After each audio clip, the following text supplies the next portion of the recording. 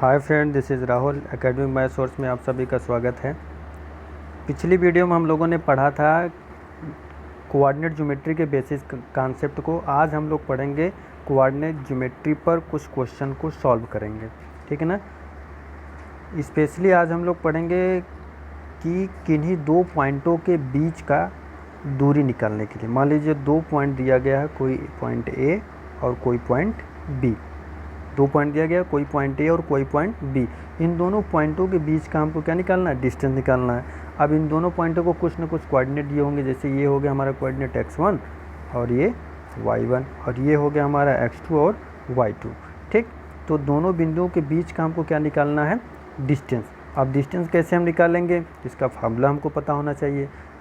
Formula क्या होता है? दो बिंदुओं के बीच की दूरी निकालने का फार्मूला जो होता है कोऑर्डिनेट ज्योमेट्री में हो जाएगा हमारा पहले कि एब्सिसा के डिफरेंस का स्क्वायर, जो एब्सिसा होते हैं उनके डिफरेंस का स्क्वायर, प्लस जो ऑर्डिनेट होते हैं उनके डिफरेंस का स्क्वायर। हम लिखेंगे, हम ए लिखते हैं, ऐसे लिख लेते हैं x2, ये एब्सिसा होते हैं, x2 माइनस x1 का square plus y2 minus y1 का whole square.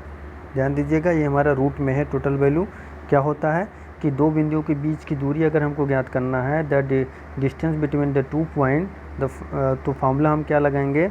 Difference of abscissa plus difference of ordinate, मतलब x2 माइनस x1 का whole square plus y2 minus y1 का होल स्क्वायर। अब ये फार्मूला हमको मिला कहाँ से? सबसे पहले इस फार्मूला पर हम बात कर लेते हैं। एकदम बेसिक से हम लोग इस ज्योमेट्री, जो हमारा कोऑर्डिनेट ज्योमेट्री है, इसको बेसिक से पढ़ रहे हैं। तो सबसे पहले हमको ये पता होना चाहिए कि ये फार्मूला जनरेट कैसे हुआ। दो बिंदुओं के बीच की दूरी निकालने के लिए एब्सिसा डिफरेंस और ऑर्डिनेट डिफरेंस को स्क्वायर रूट में क्यों जोड़ा जाता है, किस तरह से फार्मूला जनरेट हुआ। आइए पहले हम इस फार्मूला को देखते हैं, फिर इस पर जो है अलग अलग प्रकार के क्वेश्चन को सॉल्व करेंगे, ठीक। तो सबसे पहले हम फार्मूला जनरेट कर लेते हैं। कैसे होगा?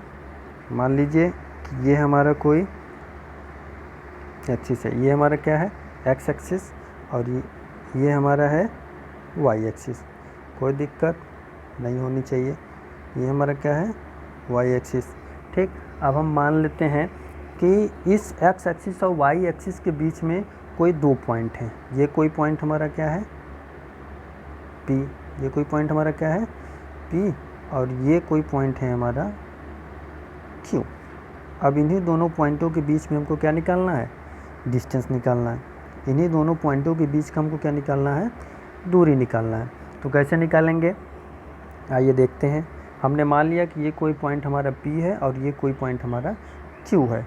तो इन दोनों पॉइंटों का हम डिस्टेंस देखेंगे perpendicular from x axis and y axis, तभी तो इसका हमारा कोऑर्डिनेट होगा। क्योंकि कोऑर्डिनेट क्या होता है? द परपेंडिकुलर डिस्टेंस, किसी भी पॉइंट का कोऑर्डिनेट क्या होगा?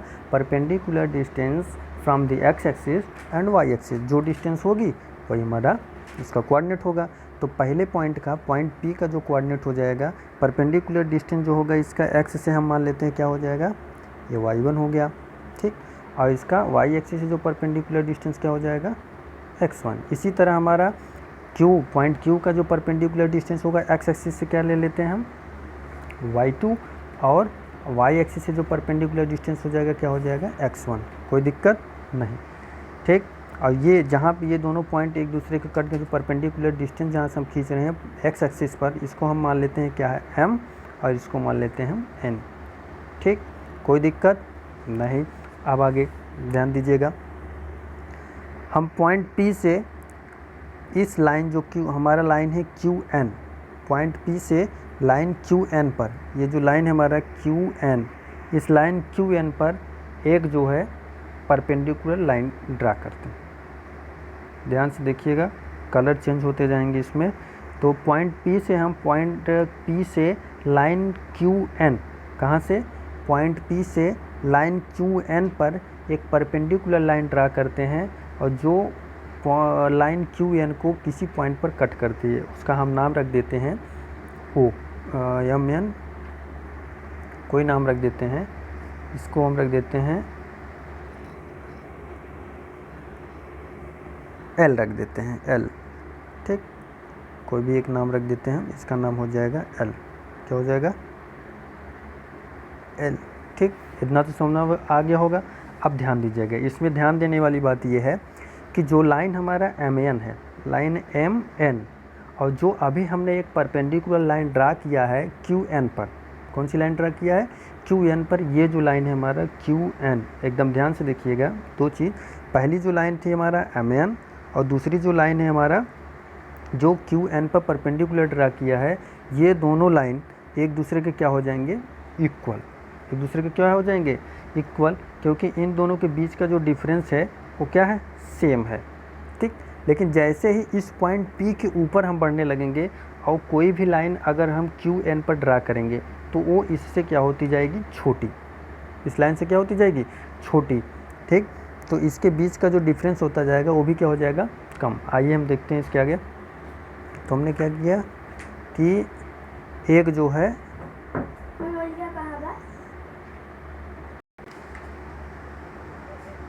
तो ये जो लाइन हो जाएगा हमारा पी एल, ये जो नाम हमने रखा है पी एल, ध्यान दीजिएगा, इधर साइड में रख देते हैं लाइन।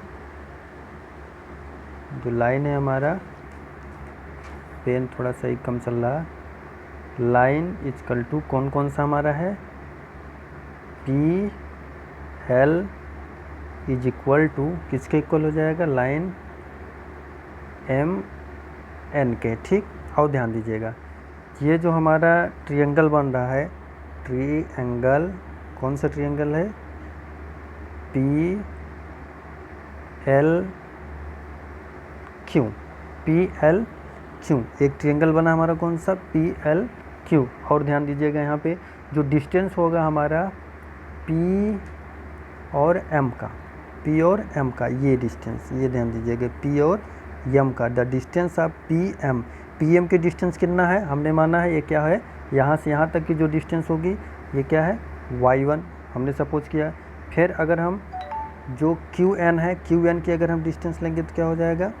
क्यू एन का जो डिस्टेंस हो जाएगा वो हो जाएगा हमारा y2।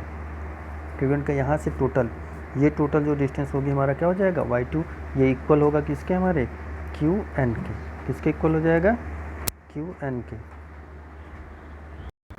ठीक, ये हमारा क्या हो जाएगा? क्यू एन के इक्वल हो जाएगा। तो लाइन जो हमारा पी एम है, ये जो लाइन हमारा क्या था? P M. तो लाइन जो हमारा पी एम है, ये पी एम इक्वल टू हो जाएगा y1 के, पी एम इक्वल टू हो जाएगा y1 के। और ये जो हमारा है क्यू एन, ध्यान दीजिएगा, इस पूरे सॉल्यूशन से अभी इसको हम पूरा सॉल्व करेंगे तो यहाँ से जो हमें फार्मूला जनरेट होगा वो रिप्रेजेंट करेगा, the formula represent the distance between 2 point. दो बिंदुओं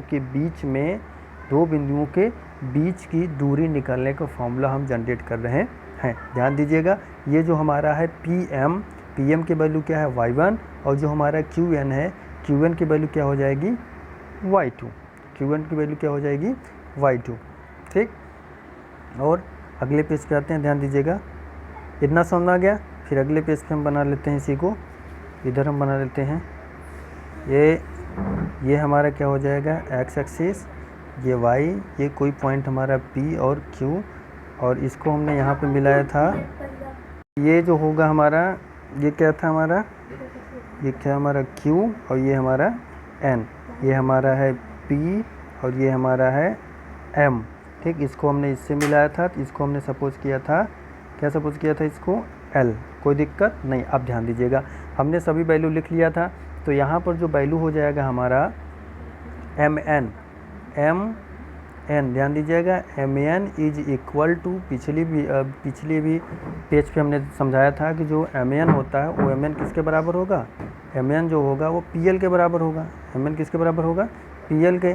तो एम एन इजकल टू हो जाएगा, क्या हो जाएगा? M N equal to P L, और पी एल क्या हो जाएगा? ओ से एम तक की जो डिस्टेंस है, ये हमारा ओ है, जो ओ से एम तक का डिस्टेंस है, अभी ये देखिए पीछे वाले पेज में, तो यहाँ से जो ओ से एम तक का जो डिस्टेंस है वो क्या हमने सपोज किया है? x1, और ओ से एन तक का जो डिस्टेंस है टोटल क्या है? x2। तो m से n तक का अगर हमको डिस्टेंस फाइंड करना है तो क्या लिख देंगे इसको हम, इस पूरे x2 में से, इस पूरे x2 में से अगर इस x1 को हम क्या कर दें बाहर, ध्यान दीजिएगा, इस पूरे x2 में से अगर हम इस x1 को बाहर कर देंगे तो ये जो डिस्टेंस बचेगी उसको हम क्या कहेंगे, x2 minus x1, x2 minus x1। ध्यान दीजिएगा कि यहाँ से यहाँ तक का जो डिस्टेंस है, कलर बदल लेते हैं तो ज़्यादा अच्छे समझ में आएगा। यहाँ से यहाँ तक का जो डिस्टेंस है ये क्या है हमारा x1, और ये टोटल यहाँ से ओरिजिन से लेकर के n तक की जो टोटल डिस्टेंस है क्या है x2, ठीक है ना। तो हमें अगर m से n तक का डिस्टेंस निकालना है तो क्या कर देंगे हम, पूरे x2 में से यहाँ तक, ये इस पूरे में से ये छोटी सी जो क्वांटिटी इसको निकाल के क्या कर दें हम बाहर, तो बचेगी यही वाली डिस्टेंस। तो क्या हो जाएगा हमारा x2 माइनस x1, ठीक। इसी तरह से जो है, इसी तरह से ये हमारा जो डिस्टेंस है, ये टोटल डिस्टेंस कितना था y2, तो इसको हम क्या लिख सकते हैं, QL को क्या लिख सकते हैं हम, इसको हम लिखेंगे QL इक्वल टू हो जाएगा, ये टोटल डिस्टेंस हमारा y2 था, और P से m तक का जो डिस्टेंस था y1, ये दोनों डिस्टेंस क्या हो जाएंगे इक्वल। अगर इस पूरे y2 में से इस y1 को निकाल के बाहर कर देंगे तो क्या बचेगा हमारा y2 माइनस y1।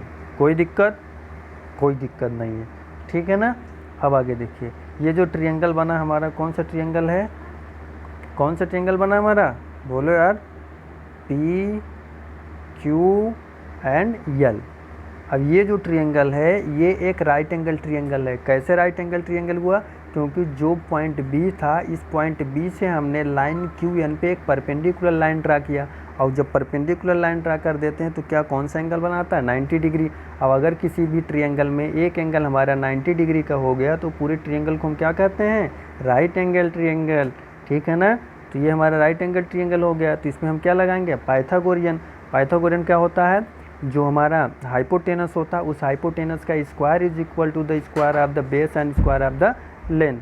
तो हम क्या कर देंगे, हाइपोटेनस का स्क्वायर जो कर्ण का स्क्वायर होता है वो आधार के स्क्वायर और लंब के स्क्वायर के योग के बराबर होता है, योग के बराबर होता है। तो क्या करेंगे हम, पी क्यू, और इसी को तो हमको निकालना है, पी से क्यू के बीच की जो दूरी है उसी को तो हमको निकालना है, वो हमारा क्या है हाइपोटेनस। तो P Q square equal to हो जाएगा हमारा पी एल स्क्वायर, और प्लस क्या हो जाएगा एल क्यू स्क्वायर। अब आप बताइए, हमने पी एल की वैल्यू क्या निकालना है, x2 minus x1। P L की वैल्यू क्या निकालना है, x2 माइनस x1। क्या निकाला है, x2 माइनस x1। और हमने एल क्यू की वैल्यू क्या निकाला है, y2 माइनस y1। ये दोनों वैल्यू इसमें हम रख देंगे, तो ये हो जाएगा हमारा x2 माइनस x1 का whole square plus y2 minus y1 का होल स्क्वायर, और ये हो जाएगा हमारा पी क्यू स्क्वायर, ठीक। अब आगे देखिए, अगले वाले पेज में हम आपको समझा देते हैं। तो क्या था हमारा, P Q square equal to x2 minus x1 का whole square plus y2 minus y1 का होल स्क्वायर। और पी क्यू की जो वैल्यू हो जाएगी हमारा, यह आ जाएगा रूट में x2 माइनस x1 का whole square plus y2 minus y1 का होल स्क्वायर। हमें आशा है कि बहुत अच्छे से सभी को समझ में आया होगा। ये क्या है, ये जो P से Q है, ये जो P से Q तक है यही तो हमारा है। ये जो P से Q तक है, ये जो P से Q तक दिया गया है, ये ध्यान दीजिएगा पहले वाले फिगर में, ये जो हमारा P से Q तक दिया है, P से Q यही तो है। एक पॉइंट हमने क्या माना था P, और दूसरा का हमने पॉइंट का माना था Q। तो पॉइंट P और Q के बीच के जो डिस्टेंस है, इसका हमने फार्मूला क्या निकाल लिया, अभी हमने क्या निकाला, P से Q तक बीच के फार्मूला, P से Q के बीच का जो फार्मूला था हमने निकाल लिया x2 माइनस x1 का whole square plus y2 minus y1 का whole square. That is x2 minus x1 क्या था हमारा, एब्सिसा का होल स्क्वायर, डिफरेंस ऑफ, यहाँ लिख देंगे डिफरेंस ऑफ, ये क्या हो जाएगा हमारा, ये हो जाएगा डिफरेंस ऑफ एब्सिसा का स्क्वायर प्लस डिफरेंस ऑफ किसका स्क्वायर, ये हो जाएगा डिफरेंस हम ऑर्डिनेट का स्क्वायर। समझ में आ गया। जहाँ तक आशा है कि सभी लोगों को बहुत अच्छे से समझ में आ गया। एक बार हम कंक्लूजन बता देते हैं। मान लेते हैं कि ये हमारा कोई एक्स एक्सिस है, कोई वाई एक्सिस है, और इसके बीच में कोई बिंदु जो है पी और क्यू दिया गया है। ये हमारा पी है, ये हमारा क्यू है, इसके बीच का हमको डिस्टेंस निकालना है। तो क्या मानेंगे, पी का जो परपेंडिकुलर डिस्टेंस होगा ये y1, और ये क्या हो जाएगा y2। इस पर एक लाइन ड्रा कर देंगे, परपेंडिकुलर लाइन, जो इसको क्या कर देगी, डिवाइड करेगी। ठीक, तो ये क्या होगा, अगर ये टोटल डिस्टेंस हमारा जो है y2 है, तो ये अगर ये परपेंडिकुलर लाइन रहा तो ये लाइन इक्वल हो जाएगा। तो ये हमारा क्या हो जाएगा y1। तो ये जो डिस्टेंस बचेगी इस पूरे में से, ये पूरा y2 था हमारा, इस पूरे में से अगर y1 को घटा देंगे तो ये वाला डिस्टेंस क्या हो जाएगा, y2 माइनस y1। इसी तरह से हम यहाँ पर देखेंगे, यहाँ से यहाँ तक की टोटल जो डिस्टेंस है हमने मान लिया था x2, और ये क्या था x1। अगर इस पूरे x2 में से x1 को निकाल देंगे तो ये क्या बचेगा, x2 माइनस x1। तो ये हमारा क्या हो गया, x2 माइनस x1, ये हमारा हो गया y2 माइनस y1।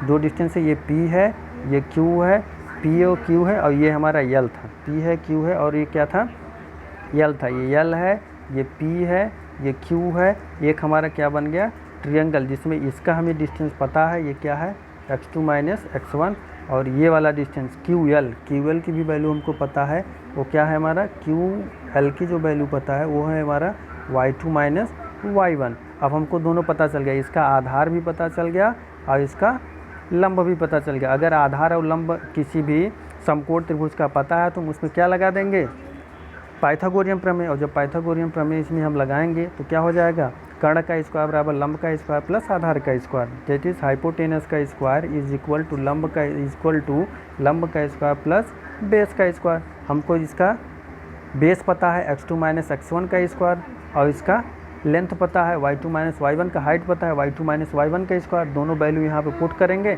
फिर इसका स्क्वायर हटाएंगे। जैसे इसका हटाएंगे तो ये रूट में क्या आ जाएगा हमारा, x2 माइनस x1 का होल स्क्वायर और प्लस y2 माइनस y1 का होल स्क्वायर। तो हमको फार्मूला क्या जनरेट मिलेगा, फाइनली लास्ट में फार्मूला हमको मिल जाएगा रूट में x2 माइनस x1 का whole square plus y2 minus y1 का होल स्क्वायर। आशा है बहुत अच्छे समझ में आया। अगर नहीं समझ में आया है तो आप नीचे कमेंट कर सकते हैं। इसको पिछली बार और अच्छे समझाया जाएगा, और इस पर जो है कोई बढ़िया क्वेश्चन सॉल्व किया जाएगा। एक क्वेश्चन हम देख लेते हैं इस पर, आइए एक छोटा सा क्वेश्चन हम देख लेते हैं।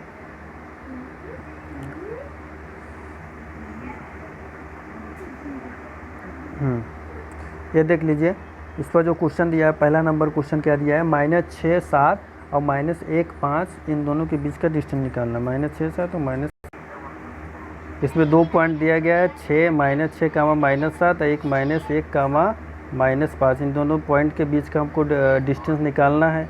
तो क्या करेंगे, रूट में हो जाएगा हमारा x2 माइनस x1 का होल स्क्वायर, और प्लस दूसरा हो जाएगा हमारा y2 माइनस y1 का होल स्क्वायर। वैल्यू हम इसमें पुट करेंगे। पहले का हमारा x1 का मान कितना है, -6, और x2 का मान कितना है, -1। नेक्स्ट पेज पे ले लेते हैं, क्या है, -6, क्या क्या दिया गया है,